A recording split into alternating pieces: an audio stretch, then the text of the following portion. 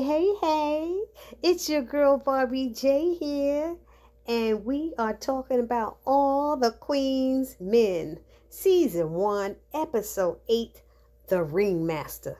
And if you've been to a circus, you know who the Ringmaster is, right? All right, now. And before we get started with this episode, because this was yet another episode, you know there's a little bit of inconsistencies here and there, but that's all right because the drama keeps you coming back. It's not too off key, it's not too silly. It's just wonderful, and I'm enjoying it, especially the fact that Kim Fields is the director. I'm like, go ahead, Kim Fields, I like to see these sisters doing stuff, that was in these shows back in the day and stuff, and now they blowing up in other areas. I'm loving this personally. Anyhow, before we get started, shout out to everybody in my comment section who have been holding my channel down with all the comments in the back. The commentary has been great. We're letting each other know about new stuff that's coming out and what's going on, and that's what this is all about. We almost like a family, y'all.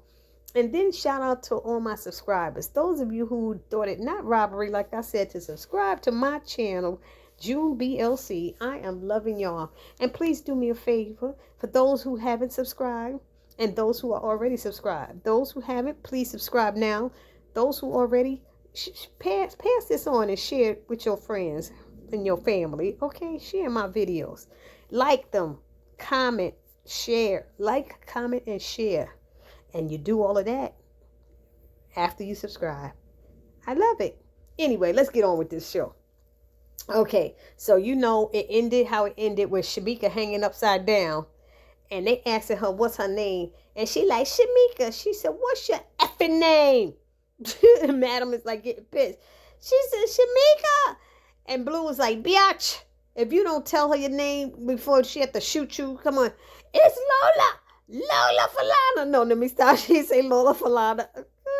That was a wonderfully beautiful black actress back in the days.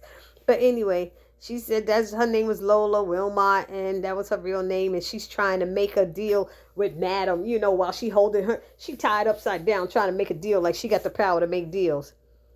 And here she is busted now, and she trying so hard.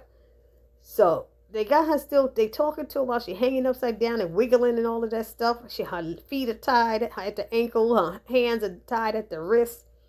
And she consistently, was still lying about her name till she finally told, because they were like, we're going to kill you if you don't tell us.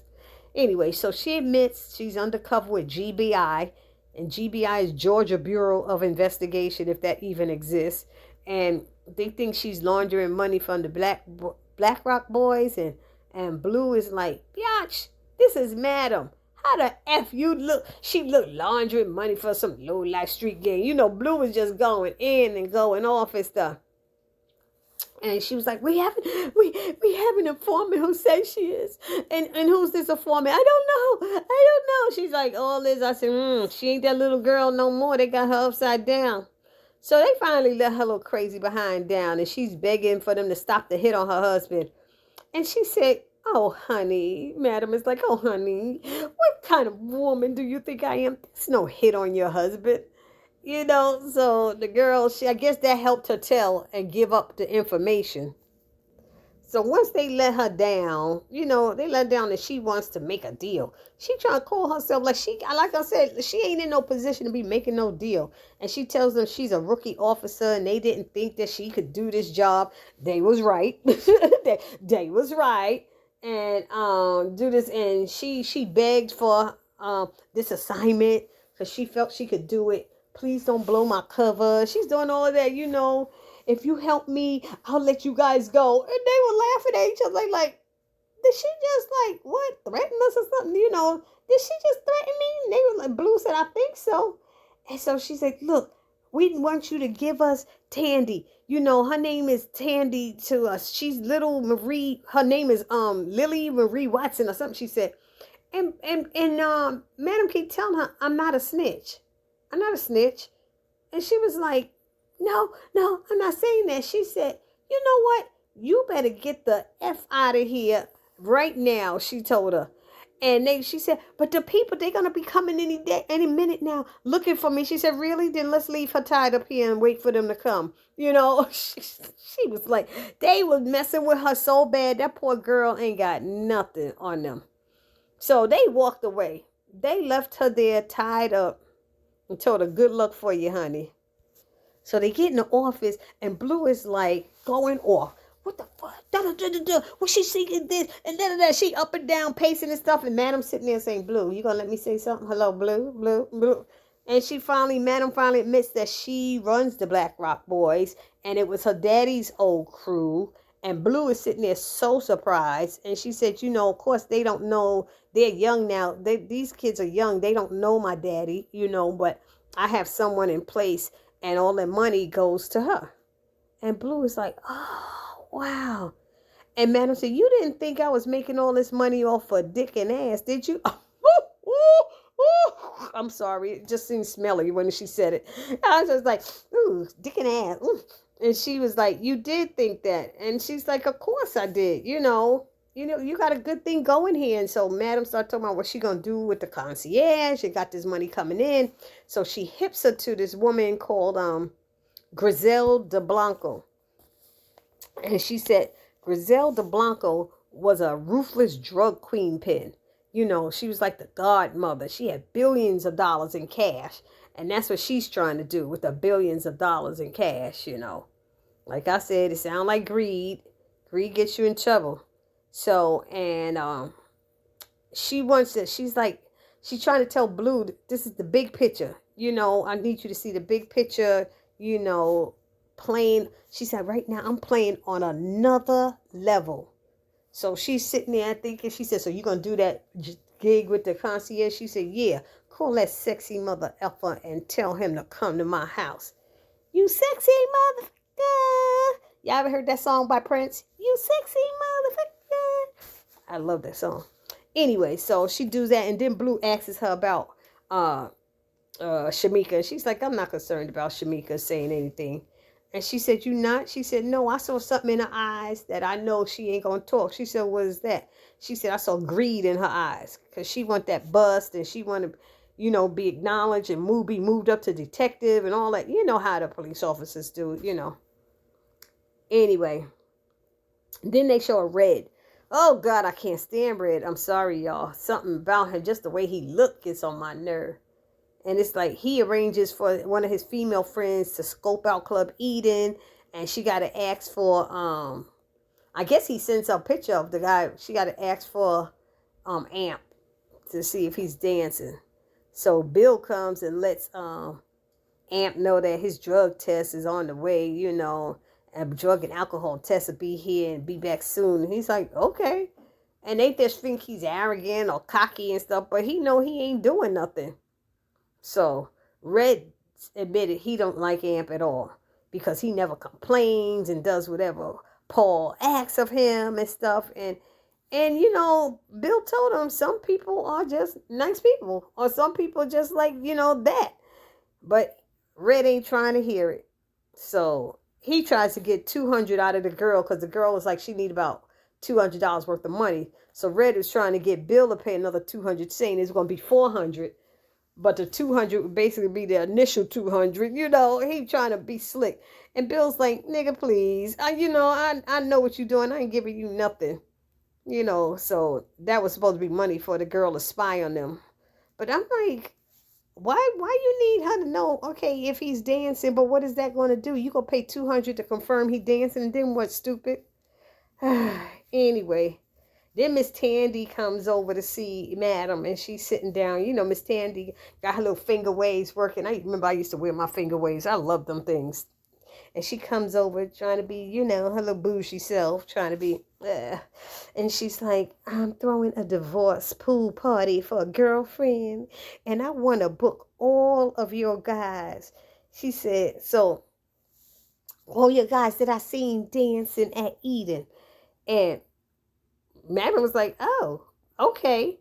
So she tells her that they're all free on that Sunday or something like that. I don't know how. I guess Sundays they close or something. I don't know. Because I'm like, if all the dancers are there, who's at the club, Miss Tandy? That was my thinking. So she goes, okay, so that's a 4 hour minimum at $250 an hour per dancer and $1,000. She said that's $1,000. And then there's seven guys, that's 7,000, 3,000 for the house, and then that's 10,000 plus tips. And Miss Tandy, please tell your girls to look out for my guys. You know, tell them to be good to them, nice and good. And he was like, okay. So that was that part. Then Amp, he comes in late, but he was getting his costume, and Madam don't like people coming in late. The guys will all stand up and they looking at him waiting for her to say something to him. But that was his first time being late, and he said why he was late was he was at costume design, so he danced with them. How does he get to be a premier dancer and dance with them right off the bat where everybody else start off as junior dancers? I was wondering. They never really showed in detail how that worked. And so they were in there, they dancing off of them. I want to get nasty, whatever that song was. Everybody had the steps. He had all the steps. So they did good.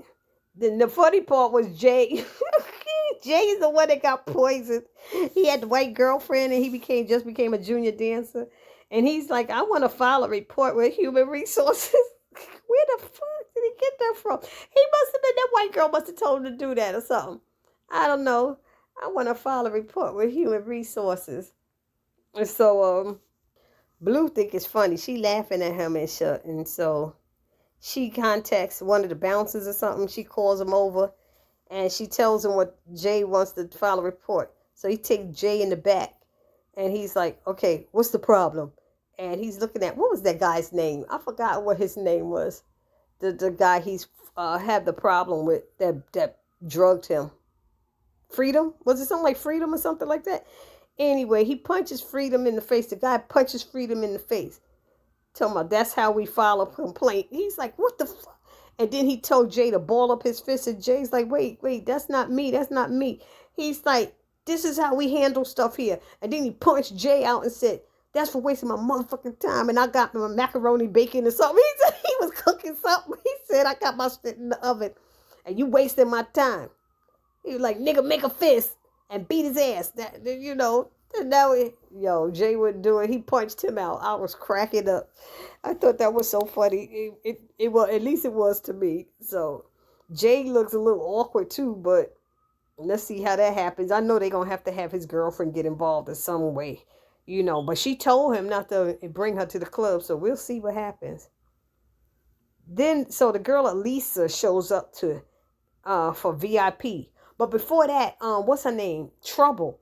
Trouble is making eyes at some chick. The chick is looking at Trouble and Trouble looking at the chick. And, Blue warns her, don't mess with that girl. Do not mess with that girl. She does this and come here and want to start trouble and try to make her boyfriend jealous and stuff. But, Trouble is the lesbian woman. And she looking at like, yeah, I don't care. She going to go over there. So she went over there to talk to the girl, and Madam came up, and Madam said, did you warn her about that? She said, I did. They said, oh, she one of those. Won't learn it till she get her ass beat. It's something like that. So that was with Trouble. So then, like I said, Elisa shows up and goes to VIP and asks for Amp. And because you remember Red sent her. That's who Red sent. But Madam was like, you could tell she ain't got no money. She ain't got no money. Look at them damn shoes. Madam was like, I don't know what this is about, but okay, she ain't got no damn money. She could tell the way she was dressed. So he gets up there and Amp is not really interested. Dime has to tell him. But he's not interested, and he's asking Dime if she okay with it. And she's like, I don't own you. She said, go make your money. Stop being stupid. And Elisa tries to get him to drink, and he wouldn't drink. And she tried to give him a smoke. He wasn't smoking. He said, look, why don't I just dance? So then she want him to go downtown on her. I'm not sure if he did it or not. And she tried to tell him to take out his ding dong. And he doesn't take it out right away. She's like, and he said, well, let's dance and get around to it. She's like, oh, you one of them good boys. I could deal with that. You a good boy. But they never show. I wonder if they're going to show her going back and reporting to Red what her findings are. Will she tell the truth or will she lie, So anyway, then it switches over to Doc. And he's telling Madam that he may have a child. And she's like, you better find out. You better find out. And then Tina calls him while he's right there in Madam's office. And Madam tells him to make sure he finds out for sure about the baby, the child. Because you don't want no baby being, she don't play that with you not taking care of your kids and kids going on undressed and unfed and out in the street because of your bull. You know, the way she talking about your bull stuff. And he's like, okay, thanks, madam. And then it ends with Amp. Amp set up a date with Dime. He he want to take her out after the dancing and stuff. And he leaves, and as he's leaving Eden, all these guys, these three guys come up and jump him. And they start beating on him. And Dime must have heard the noise or something. And she came running out and she shoots a gun up in the air. Pow! She said, I said, Jess, you get out of here. And she shot the gun. I'm surprised none of them had guns to shoot him. They just were kicking and beating on him. And he got beat up and she got him home. And then she called Madam and told Madam what had happened, And Madam said, thanks. That was the right thing to do to let me know. So it went off like that. But I'm curious, who are these guys that jumped him? He just got out of prison. He don't mess with nobody. He don't bother nobody. He keeps to himself. I was like, I wonder if Red sent them people to beat him up. It's just like he's keeping to himself. Leave him alone. Anyway, so I hope y'all like this recap. I thought this was a really good episode, of course. I kind of dig it. I'm digging the show. I'm digging. And for those of you who have not subscribed to my channel, please remember to subscribe now. Subscribe, like, comment, and share. All right? And hit the little notification bell and let you know every time Barbie J uploads a new video. This your girl, Barbie J, saying peace.